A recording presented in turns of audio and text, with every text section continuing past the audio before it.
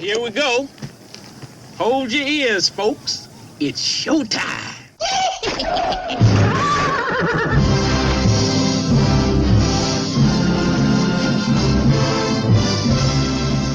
All right, let's do it. Go.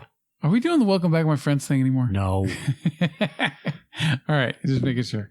The uncomfortable laugh. It's like the Welcome to Cinescape Magazine shows. I'm like, Yeah, we'll figure it out. all right.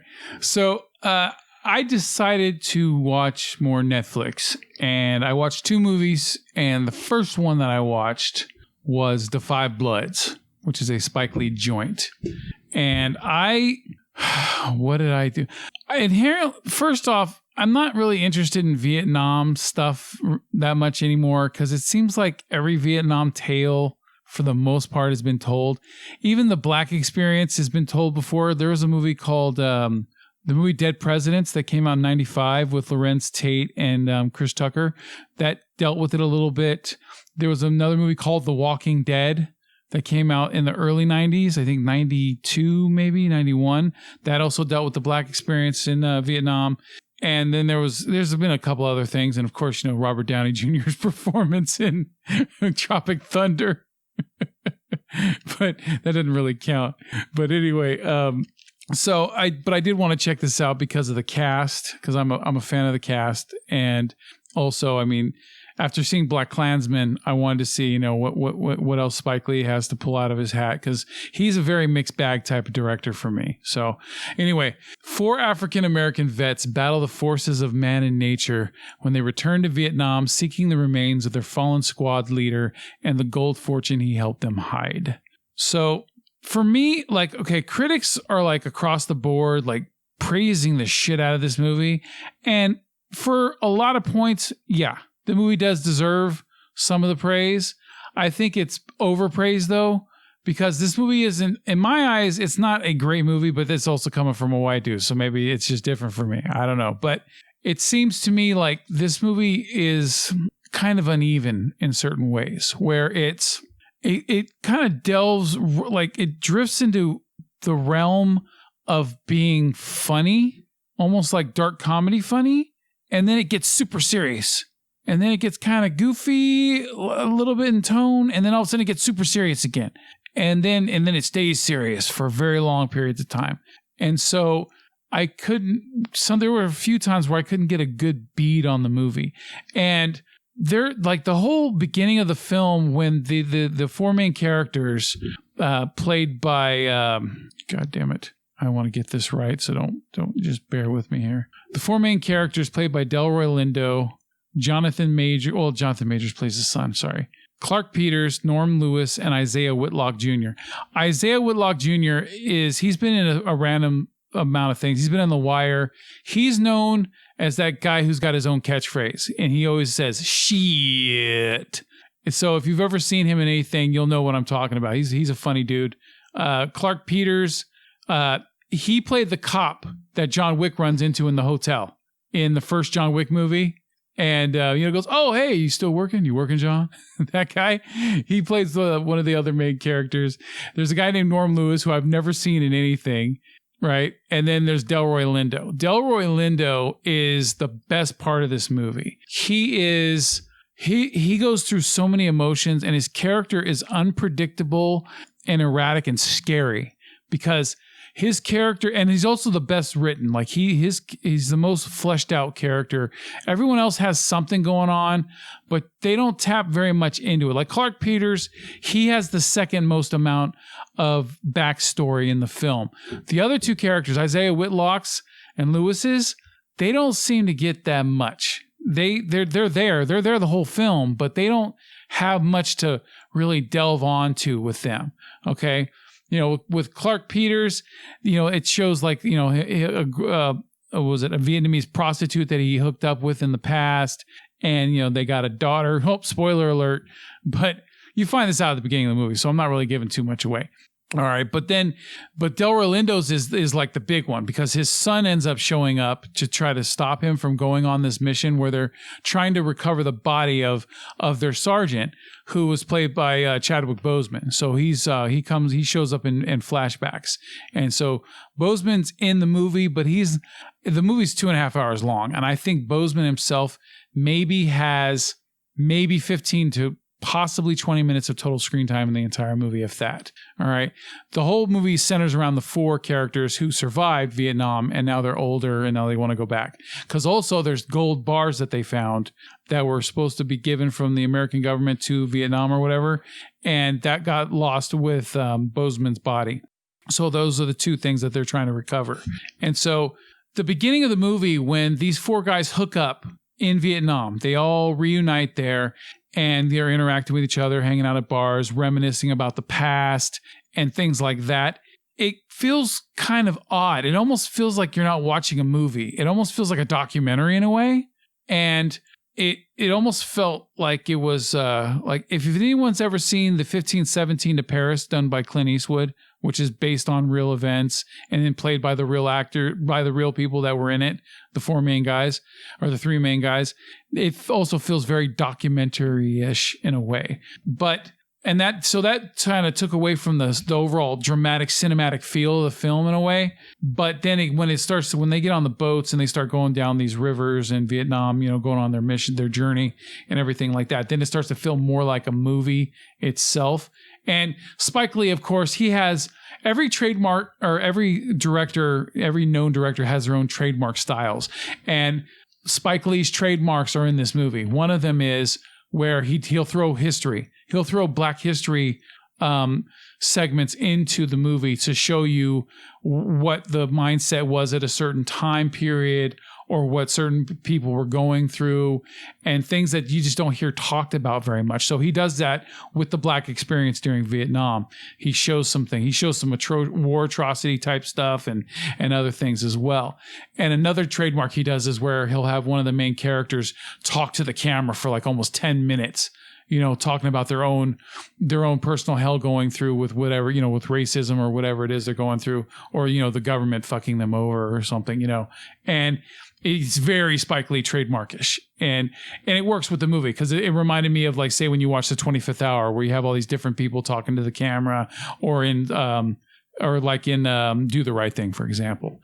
And, and a lot of the actors in this movie are good, but Delroy Lindo, like I said before, he has to get a nomination for something for this movie. I mean, he's got top billing in it, so technically he should get lead actor because he's in the entire film. Because when they do the flashback sequences of back into like 1971, well, all of them are being played by the same actors. They're not de-aged or anything like in, say, The Irishman that Scorsese did last year.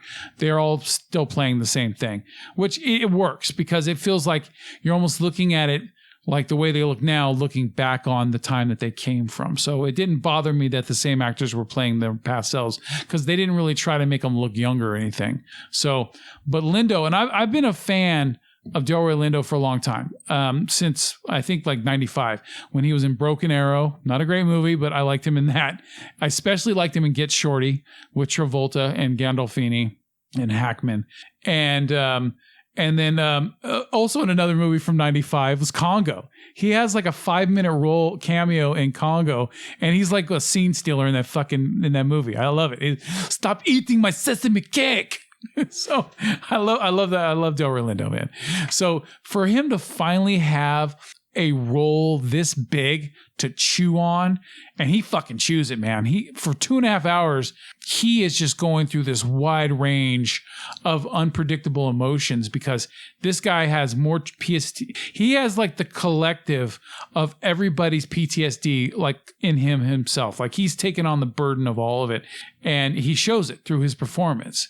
Paul Walter Hauser, who I gave praise earlier for Richard Jewell he was also in Black Klansman. He has a small role in this as a guy that who's in Vietnam trying to help with this organization to find mines and bombs and disable them, so because kids keep getting their legs and shit blown off even 50 years later.